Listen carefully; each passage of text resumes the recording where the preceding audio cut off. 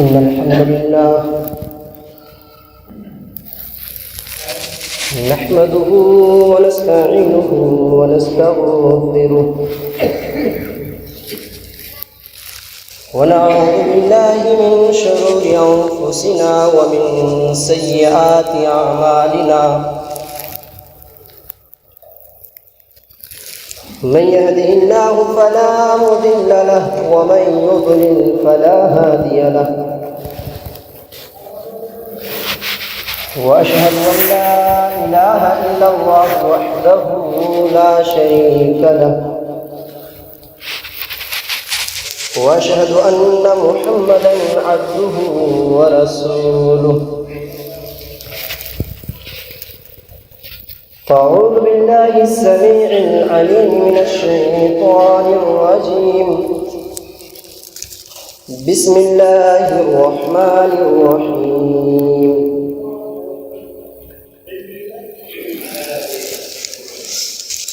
قد أفلح من زكاها وقد خاب من دساها وقال النبي صلى الله عليه وسلم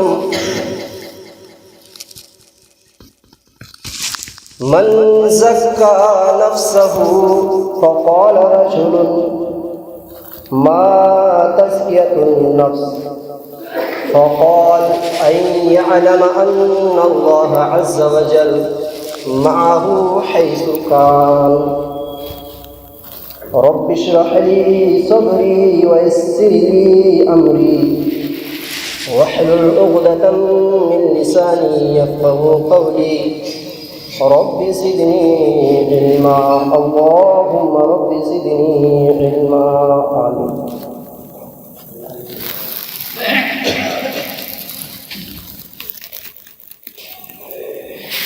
ہر قسم کی حمد و ثنا کبریائی و بڑائی اللہ رب العالمین کے لیے لائق و سزاوار ہے کہ جس اللہ نے ہم تمام لوگوں کو پیدا کیا اور بے شمار نعمتوں سے نوازا، خصوصاً ہماری رشد و ہدایت کے لیے بے شمار انبیاء علیہ السلام کو اس کائنات کے اندر مبعوث فرمایا، بعدہ لاکھوں کروڑوں درود و سلام کے پھولوں کی بارش ہو قیامت کی صبح تک اللہ کی طرف سے آئے ہوئے تمام انبیاء علیہ السلام پر، خصوصاً ہمارے آپ کے آخری نبی تاجدار مدینہ احمد مصطفیٰ سرور کائنات خاتم النبیین سید المرسلین امام الانبیاء رحمت للعالمین جناب محمد رسول اللہ صلی اللہ علیہ وسلم پر اللہم صلی علیہ وسلم. موضوع کا نام ہے تزکیہ نفس، اہمیت و ضرورت.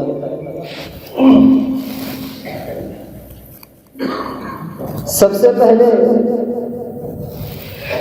آپ کے سامنے میں یہ ذکر کروں گا کہ تزکیہ نفس کسے کہتے ہیں.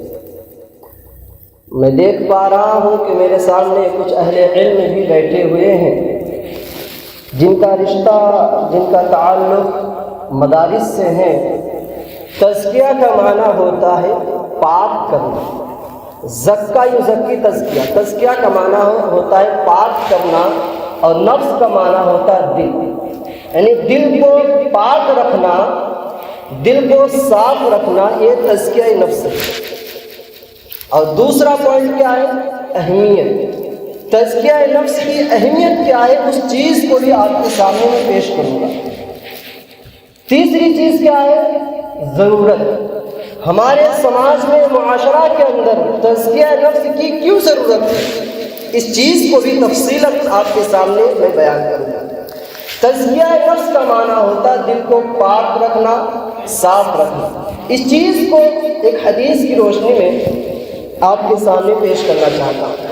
حضرت عبداللہ بن معاویہ الغافری رضی اللہ تعالیٰ عنہ حدیث کے راوی ہیں فرماتے ہیں کہ اللہ کے پیارے حبیب جناب محمد رسول اللہ صلی اللہ علیہ وسلم نے فرمایا کہ تین خصلتیں جس آدمی کے اندر ہو فقط ذاقت طعم الایمان، گویا وہ آدمی ایمان کا مزہ حاصل کر لیا۔ تین خصلتیں، پہلی خصلت کیا ہے؟ پہلی خصلت یہ ہے کہ آدمی اللہ کی عبادت کرے، یہ یقین اور یہ سمجھ کر کہ اللہ ہی عبادت کے لائق ہے، یہ پہلی خصلت ہے۔ اگر یہ چیز، یہ عمل کوئی بندہ انجام دیتا ہے تو ایمان کا مزہ چکھ لیتا ہے۔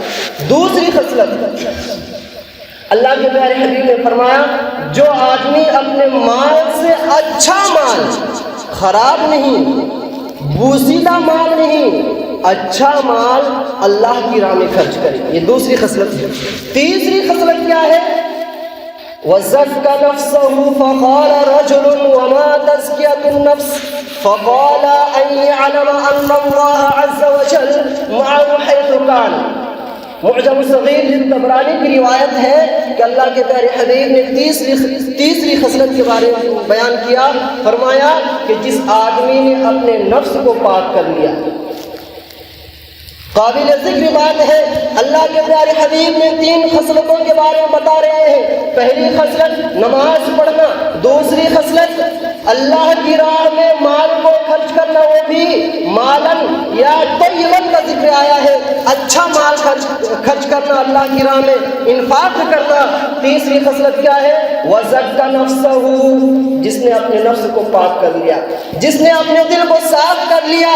آدمی کھڑا ہوتا ہے، اللہ کے رسول صلی اللہ علیہ وسلم ہمیں نماز کے بارے میں معلوم ہے، زکوٰۃ کے بارے میں معلوم ہے، اللہ کی راہ میں خرچ کرنے کے بارے میں معلوم ہے، لیکن یہ زکا نفسہ، یہ چیز سمجھ سے باہر ہے۔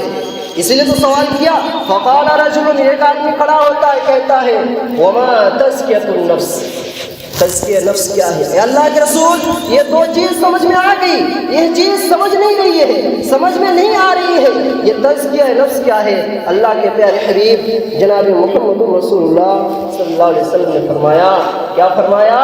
تزکیہ نفس یہ ہے کہ ان یعلم ان اللہ عز وجل معه حیث کان، آدمی دل کے اندر یقین کر لے کہ حیث معه حیث کان، کہ آدمی جہاں بھی ہوتا ہے اللہ اس کو دیکھ رہا ہے۔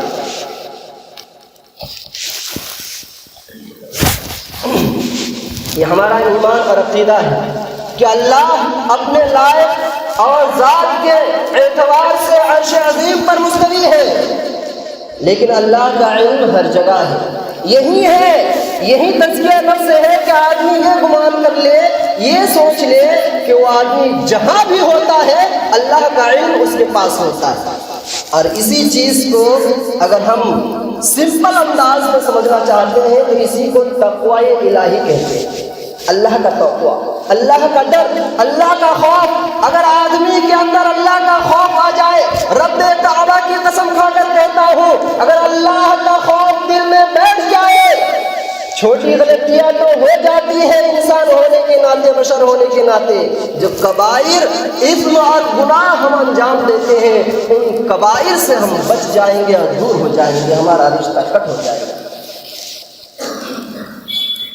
آدمی یہ گمان کر لے کہ جہاں بھی میں ہوتا ہوں اللہ مجھے دیکھ رہا ہے تو پھر وہ گناہ کا کام نہیں کرے گا۔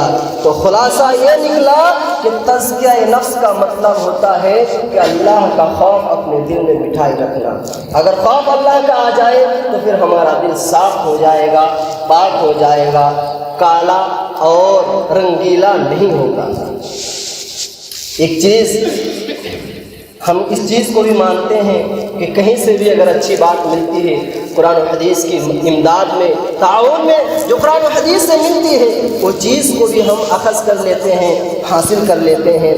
نیوز پیپر میں کبھی پڑھا تھا اور وہ پیپر میں کٹ کر کے رکھا بھی ہوں، اس میں لکھا ہوا تھا ایک بڑے ہی اختصار کے ساتھ، بہت طول نہیں دوں گا، کہ ایک ٹیچر نے کچھ بچوں کو ایک پرندہ چھوٹا چڑیا دیا اور کہا کہ چڑیا جو تمہارے ہاتھ میں نے تھما دیا ہے اس کو ذبح کر کے لانا ہے، شام تک لانا ہے یا کل تک لانا ہے۔ بچے نے لے لیا، ٹھیک ہے، لیکن استاد نے، ٹیچر نے ایک شرط بھی رکھی ہے کہ یہ پرندہ جو میں تم کو دے رہا ہوں ایسی جگہ پہ لے جا کر ذبح کرنا جہاں تمہارے علاوہ کوئی نہ ہو۔ شرط کیا ہے کہ ایسی جگہ پہ لے جا کر ذبح کرنا ہے جہاں وہ کاٹنے یا اس بچے کے علاوہ کوئی نہ ہو۔ بچوں نے کہا ٹھیک ہے، ٹھیک ہے کر کے جب چلے گئے سارے بچے، ایک کو چھوڑ کر سارے بچے وہ چڑیا، وہ پرندہ ذبح کر کے لا کر ٹیچر کو، استاد کو دے دیا۔ اور جب ٹیچر نے سوال کیا کہ تم نے اس پرندے کو، اس چڑیا کو کہاں ذبح کیا ہے، تو سب نے کہا کہ میں بند کمرے میں ذبح کیا، میں رات کے ٹائم جو چھت کے اوپر گیا کوئی نہیں تھا، صرف میں تھا، میں نے دعا پڑھ کے ذبح کر دیا۔ سب نے اپنا اپنا جواب دیا، لیکن ایک بچہ دور کھڑا ہے، اس نے کیا جواب دیا؟ وہ پرندہ جو اس کو دیا گیا تھا اس نے ذبح نہیں کیا، ایک بچہ کو چھوڑ کر سب نے ذبح کر دیا، ایک بچہ کھڑا ہے، یا اسے اکھا پورا زندہ پرندہ لے کر کھڑا ہے۔ ٹیچر نے قریب بلایا کہ ادھر آؤ، تم نے ذبح کیوں نہیں کیا؟ تو اس نے کیا جواب دیا؟ ٹیچر جی آپ نے جو شرط لگائی تھی، آپ نے جو شرط رکھی تھی، اس شرط کے مطابق میں ذبح نہیں کر پایا۔ آپ نے یہ کہا تھا کہ تمہارے علاوہ کوئی دوسرا نہ دیکھے، لیکن میرے ساتھ ایسا ہوا کہ جہاں بھی اس پرندہ کو میں ذبح کرنے کے لیے گیا کوئی نہ کوئی مجھے دیکھ رہا ہوتا ہے، اور وہ کون ہے؟ وہ اللہ کی ذات ہے۔ میں بند کمرے میں بھی جاتا ہوں تو وہاں بھی اللہ مجھے دیکھ رہا ہوتا ہے، میں چھت کے اوپر رات کے ٹائم جاتا ہوں تب بھی اللہ مجھے دیکھ رہا ہوتا ہے۔ اور آپ کی شرط یہ تھی کہ تنہائی میں ذبح کرنا، تمہارے علاوہ کوئی نہ ہو، اس لیے میں نے ذبح نہیں کیا اور آپ کی شرط کو مکمل نہیں کر پایا۔ لیجیے آپ نے جیسا پرندہ دیا تھا میں آپ کو ویسے ہی واپس کر رہا ہوں۔ تو یہ اللہ کا خوف ہے، جہاں بھی آپ ہوں گے ہم ہوں گے وہاں اللہ کا علم ہوگا، اللہ ہمیں دیکھ رہا ہے۔ واللہ یعلم ما تصنعون، اللہ نے کہا کہ تم جو کچھ کر رہے ہو وہ واللہ یعلم، اللہ جانتا ہے۔ تو خلاصہ یہ نکلا کہ اللہ کا خوف، اللہ کا ڈر اگر دل میں بیٹھ جائے تو دل تزکیہ ہو جائے گا، پاک و صاف ہو جائے گا۔ آج ہم بہت ساری چیزوں کو لے کر فخر کرتے ہیں، یعنی نہیں معلوم کہ یہاں سرنیم کو لے کر کوئی فخر کرتا ہے کہ نہیں کرتا ہے، لیکن شہر ممبئی کے اندر بڑا چرچا ہے اس کا۔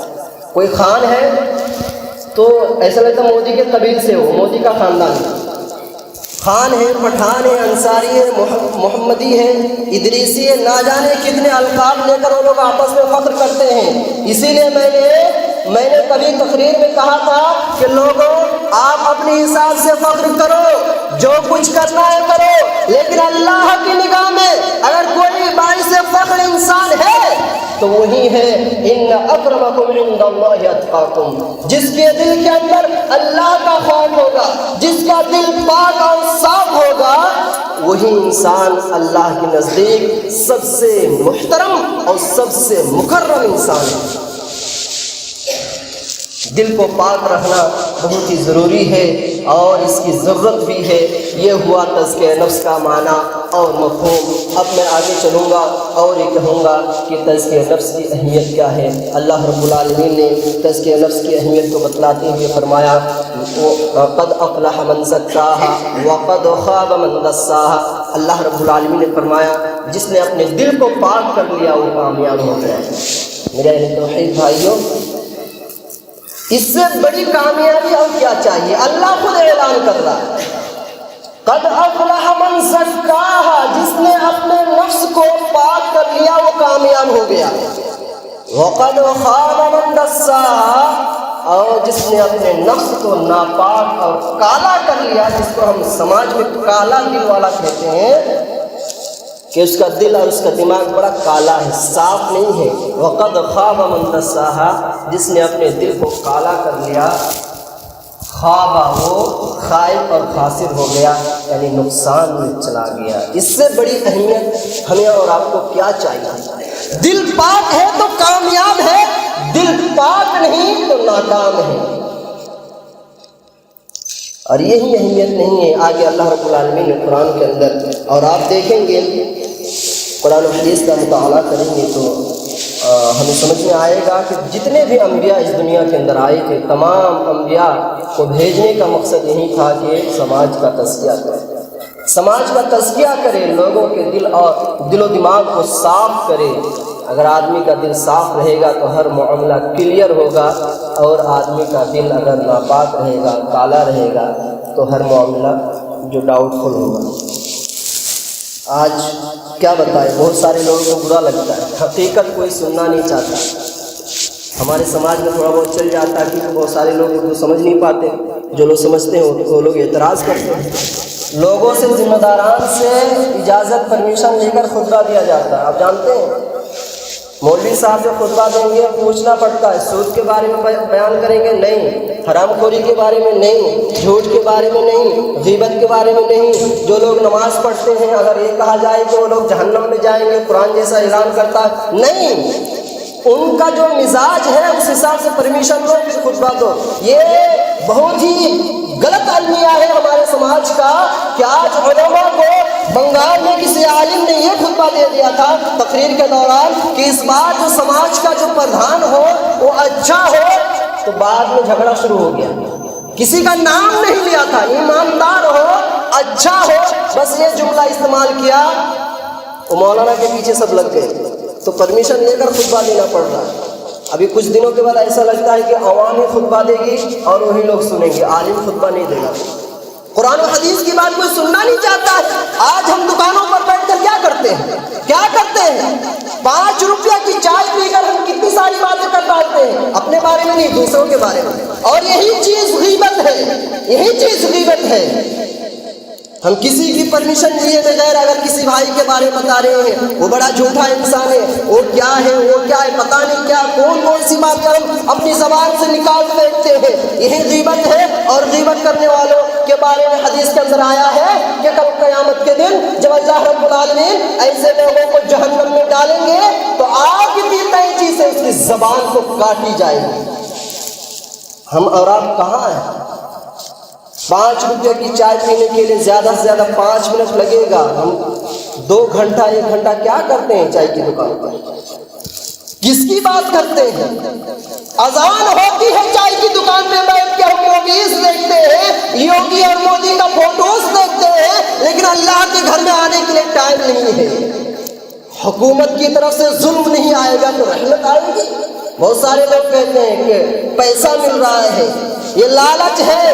میرے بھائیوں، میں اس ٹاپک کی طرف نہیں جانا چاہتا ہوں، حالات سے ہر کوئی واقف اور باخبر ہے، ہمیں اور آپ کو چوکنا اور ہوشیار رہنا ہے۔ میں یہ بیان کر رہا تھا کہ جس کا دل صاف ہو جائے گا، ہم سب مل کر اپنے دل کو صاف کریں گے، اور یہ چھوٹی چھوٹی برائیوں کو لے کر میں خود جانتا ہوں میرے مسلمان بھائی، میں کون سی بات کو آپ کے سامنے رکھوں، ہم کس طرح سے لوگوں کی غیبت کرتے ہیں۔ جتنی محنت ہم ایک بھائی کے پیچھے لگاتے ہیں غیبت کرنے میں، اگر اتنی محنت آج ہم اپنی ذات کے اوپر لگا لیں، اللہ کی قسم کھا کر کہتا ہوں ہم کامیاب رہیں گے، ہمارے سماج میں بھی، اپنے خاندان میں بھی، اور پورے اسٹیٹ اور پورے ملک کے اندر، ہم دنیا کے اندر بھی کامیاب رہیں گے، اور انشاءاللہ تعالیٰ قیامت کے دن بھی ہمیں کامیابی اور کامرانی سے نوازا جائے گا۔ لیکن اپنوں سے زیادہ دوسروں کی باتیں ہم زیادہ کرتے ہیں۔ خیال رکھیے، لیکن اچھا خیال ہونا چاہیے، برا خیال نہیں ہے۔ اگر ہم سے کوئی غلطی ہوتی ہے، آپ سے کوئی غلطی ہوتی ہے، تو اس کو اصلاح کرنے کے لیے چائے کی دکان نہیں ہے، چائے کی دکان صرف چائے پینے کے لیے ہے۔ اگر میرے سے کوئی غلطی ہوتی ہے، میں اپنے اوپر مثال دیتا ہوں، اگر مجھ سے کوئی غلطی ہوتی ہے، تنہائی میں لیجئے، نماز پڑھ کے جب سب چلے جائے اور مجھے بلائیے، مولانا آپ سے ایک بات کہنی ہے، انشاءاللہ 10 منٹ رک جائے، کہتا ہوں جب سب چلے جائیں اب میرے سے بات کریں، سلام کریں، پھر کہیں کہ مولانا آپ سے یہ غلطی ہے، آپ گاؤں میں رہ کر یہ غلطی کرتے ہیں، آپ 10 لوگوں کو سمجھاتے ہیں، آپ کے اندر یہ برائی ہے، یہ اصلاح کرنے کا طریقہ ہے۔ اور قسم کھا کر کہتا ہوں اگر آپ کسی کی اصلاح محفل میں، مجلس میں اور بھرے مجمع میں کریں گے تو اصلاح نہیں ہوگی، افساد ہو جائے گا، بگاڑ پیدا ہوگا، اصلاح نہیں ہوگی۔ تو دل کو صاف رکھنے کی ضرورت ہے، دل کو کالا نہیں رکھنا ہے، دل کو پاک رکھنا ہے۔ آج ہمارا گھریلو معاملہ لے لیجئے، ساس بہو میں جو جھگڑا ہوتا ہے، یا بھائی بھائی میں جو جھگڑا ہوتا ہے، لڑائی ہوتی ہے، اسی دل کی وجہ سے۔ دل پاک نہیں ہے، صاف نہیں ہے۔ میرے بھائی، دنیا کے اندر یہ بات ہر عالم کی زبان سے سنے ہوں گے، دنیا کے اندر کوئی بھی ہمیشہ کے لیے نہیں آیا ہے، کل من علیہا فان، ساری کی ساری چیز کیا ہے؟ فانی ہے۔ فانی ہے، یہاں ہمیں ایماندار بن کر رہنا ہے، بے ایمان بن کر نہیں رہنا ہے۔ بہت ساری باتیں ہیں میں بیان کر رہا تھا، دل کو پاک رکھنا ہے، صاف رکھنا ہے۔ کچھ ضروری اعمال آپ کے سامنے پیش کرنا چاہتا ہوں، جن اعمال کی بنیاد پر ہم اور آپ اپنے دل کو پاک و صاف رکھ سکتے ہیں۔ آج تو ہمارا المیہ یہاں بھی آ گیا ہے کہ نماز کے بارے میں بیان نہیں کر سکتے، بہرحال بڑے اختصار سے میں بیان کروں گا۔ پہلا عمل، جس عمل کو کر کے ہم اپنے دل کو پاک اور صاف رکھ سکتے ہیں، پہلا عمل کیا ہے؟ نماز ہے۔ اللہ نے فرمایا وَأَقِمِ الصَّلَاةَ، نماز قائم کرو۔ یہاں بھی ایک بڑا وسیع مفہوم ہے۔ وہ مفہوم کیا ہے؟ نماز پڑھنا قرآن کے اندر نہیں آیا، کچھ حفاظ بھی ہے انشاءاللہ تعالیٰ وہ رہنمائی کریں گے۔ قائم کرنا آیا ہے، نماز پڑھنا قرآن کے اندر نہیں آیا۔ اقیم کا لفظ آیا، جہاں بھی آیا وَأَقِیمُوا الصَّلَاةَ وَآتُوا الزَّکَاۃَ، نماز قائم کرو۔ نماز قائم کرنے کا مطلب کیا ہے کہ نماز خود پڑھو اور اپنے اہل و عیال کو بھی نماز پڑھنے کا حکم دو۔ ایسا نہیں کہ خود تہجد پڑھ کے بیٹھے رہے، گھر والے سو رہے، ایسا نہیں ہے۔ تو نماز پڑھنے سے کیا ہوگا؟ تزکیہ نفس حاصل ہوگا۔ یہ پہلا عمل ہے۔ دوسرا عمل کیا ہے؟ یہ عمل ہم رمضان میں بہت شور خوب محنت کے ساتھ عمل کرتے ہیں، انجام دیتے ہیں، لیکن رمضان کے بعد غائب ہو جاتے ہیں۔ دوسرا عمل کیا ہے؟ تلاوت قرآن پاک۔ تلاوت قرآن پاک سے بھی ہم اپنے دل کو پاک و صاف رکھ سکتے ہیں۔ اللہ نے فرمایا هو الذی بعث فی الأمین رسولا منهم یتلو علیہم آیاتہ ویزکیہم، کہ وہی اللہ ہے جس نے امیین میں ایک رسول کو بھیجا جو قرآن کی آیتوں کو پڑھ پڑھ کر ان کو سناتے ہیں اور ان لوگوں کا تزکیہ کرتے ہیں۔ یہ دوسرا عمل، اس عمل سے ہمیں اور آپ کو جڑنے کی ضرورت ہے۔ قرآن ہم سے رمضان میں پڑھتے، رمضان بعد نہیں پڑھتے ہیں۔ میرے مسلمان بھائیوں، مساجد میں قرآن کی تلاوت ہم کرتے ہی ہیں، لیکن اصل مسکن، اصل جگہ ہمیں اور آپ کو جاننا ہے تو گھر ہے۔ کیوں؟ قرآن کے اندر، حدیث کے اندر کیا آیا ہے کہ جس گھر میں سورۃ البقرہ کی تلاوت ہوتی ہے وہاں سے شیطان بھاگتا ہے۔ ہم گھر میں مسجد سے زیادہ گھروں میں قرآن کی تلاوت کا اہتمام کریں۔ یہ دوسرا عمل ہے۔ تیسرا عمل کیا ہے؟ توبہ و استغفار ہے۔ اللہ سے کثرت سے توبہ کریے، روئیے، گڑگڑائیے اور اللہ سے یہ معافی مانگیے کہ اللہم انک عفو تحب العفو فاعف عنی، اللہ تو معاف کرنے والا ہے اور معافی کو پسند کرتا ہے، اس لیے مجھے معاف کر دے۔ ہم گنہگار ہیں، ہم خطا کار ہیں، ہم سے لغزشیں ہو جاتی ہیں، ہم پاپی بندے ہیں، اللہ ہمارے گناہوں کو دور کر دے۔ اس طرح سے ہمیشہ اللہ سے دعا مانگتے رہیے، اس سے بھی ہمارا دل پاک و صاف رہے گا۔ جب ہمارا رشتہ اللہ سے ہوگا تو پھر اتنا مضبوط ہو جائے گا تو پھر ہم بڑے بڑے گناہوں سے بچ جائیں گے۔ اللہ نے کیا فرمایا؟ یا ایھا الذین آمنوا توبوا الی اللہ توبۃ نصوحا عسى ربکم ان یکفر عنکم سیئاتکم ویدخلکم جنات تجری من تحتها الانہار۔ اللہ نے فرمایا اے مومنو تم اللہ سے توبہ نصوحا کرو۔ آج ہم کس طرح سے مانگتے؟ بس 2 منٹ اور، ابھی دعا مانگ لیے، شام کو پھر وہی گناہ کریں گے۔ یہ توبہ نہیں ہے، توبہ نصوحا، خالص توبہ، یعنی یہ بالکل اللہ سے اس طرح سے توبہ کرے اللہ آئندہ انشاءاللہ تعالی ہم اس گناہ سے بچ جائیں گے۔ ایک دم بالکل مضبوطی والا توبہ کرنا ہے۔ تو توبہ کرنے سے بھی تزکیہ نفس حاصل ہوتا ہے۔ آخری چیز اور وہ ہے کیا؟ محاسبہ نفس، اپنے نفس کو، نفس کا حساب کرنا۔ جس طرح ہم پیسے کے معاملے میں حساب لگاتے ویسے ہم شام کو سوچے، 10-5 منٹ نکالے اور سوچے کہ ہم جو کچھ صبح سے لے کر شام تک کیا ہے ان میں کتنا سچا ہے اور کتنا جھوٹا ہے۔ اس طرح سے بھی ہم اپنے نفس کا تزکیہ حاصل کر سکتے ہیں۔ اللہ نے کیا فرمایا؟ یا ایھا الذین آمنوا اتقوا اللہ، یا ایھا الذین آمنوا اتقوا اللہ ولتنظر نفس ما قدمت لغد، قیامت کے لیے تم کیا کر رہے ہو اس کے بارے میں سوچو۔ یہ کچھ وسائل اور کچھ ذرائع میں نے آپ کے سامنے پیش کیے ہیں۔ پہلی چیز جو میں آپ کے سامنے پیش کیے وہ یہ ہے کہ تزکیہ نفس کیا ہے، دوسری چیز اس کی اہمیت، تیسری چیز وسائل اور آخری چیز ضرورت۔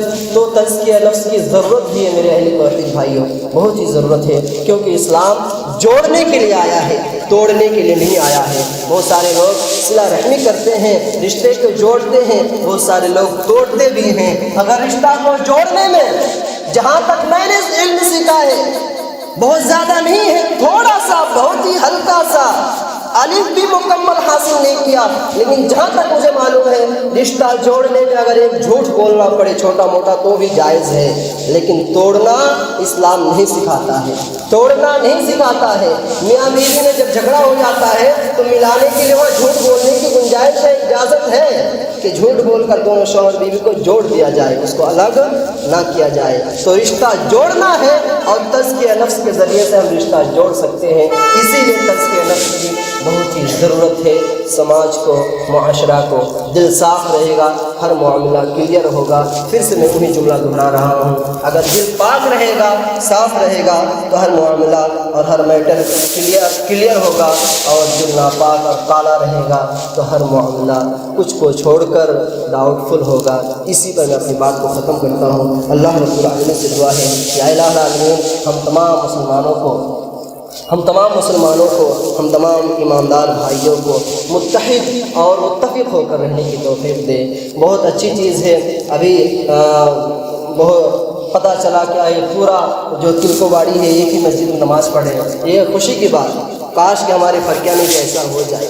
اتحاد اسلام سکھاتا ہے، اور میں شکر گزار ہوں اللہ رب العالمین کا کہ جن کی توفیق سے، اور وہ عالم جو میرے استاد بھی ہیں شیخ مفیض الدین حفظ اللہ ریاضی حفظ اللہ کا بھی شکر گزار ہوں کہ جن کی محنت اور اللہ کی توفیق سے یہ اتحاد پر ہم آ گئے ہیں، اور اللہ سے دعا کرتے ہیں یہ اتحاد تا قیامت رہے۔ اسی پر میں اپنی بات کو ختم کرتا ہوں۔ اللہ رب العالمین سے دعا ہے، یا اللہ ہم انسان ہیں، ہم بشر ہیں، ہم سے غلطیاں ہو جاتی ہیں، اللہ ہمارے غلطیوں کو معاف فرما دے۔ یا الہ العالمین ہم تمام مسلمانوں کو مل جل کر ہر چھوٹی بڑی نیکی کرنے کی توفیق عطا فرما۔ یا الہ العالمین دنیا کے اندر کورونا نامی وبا پھیلی ہوئی ہے، اللہ اس میں سچائی بھی ہے، جھوٹ بھی ہے، حقیقت سے زیادہ سیاست ہے، اللہ ہمیں گندی سیاست سے محفوظ فرما اور حقیقت کو جاننے کی توفیق دے۔ یا الہ العالمین ہم تمام مسلمانوں کو قرآن و حدیث پر عمل کرنے والا بنا دے۔ یا الہ العالمین کائنات میں جو لوگ بیمار ہیں اللہ ان کو شفاء کاملہ و عاجلہ عطا فرما۔ یا الہ العالمین جو لوگ مصیبت میں پھنسے ہوئے ہیں، جو لوگ بیمار ہیں اللہ ان کو شفا دے، اور جو لوگ مصیبتوں سے پھنسے ہوئے ہیں، پریشان حال ہیں، اللہ ان کی پریشانی کو دور فرما۔ یا الہ العالمین جو لوگ اس دنیا سے رخصت ہو گئے ہیں اللہ کسی جرم اور کسی گناہ کے سبب اگر وہ عذاب قبر میں مبتلا ہے اللہ ان کے عذاب کو دور کر دے، ان کی مغفرت فرما اور ان کو جنت الفردوس میں اعلیٰ مقام عطا فرما۔ یا الہ العالمین جب تک ہم زندہ رہیں امام اسلام کی حالت پر رہے، اور جب ہمارا خاتمہ ہو امام اسلام کی حالت پر ہو، توحید پر ہو، اور جواب صدا لا الہ الا اللہ آمین۔ تقبل یا رب العالمین، وآخر دعوانا ان الحمد للہ رب العالمین۔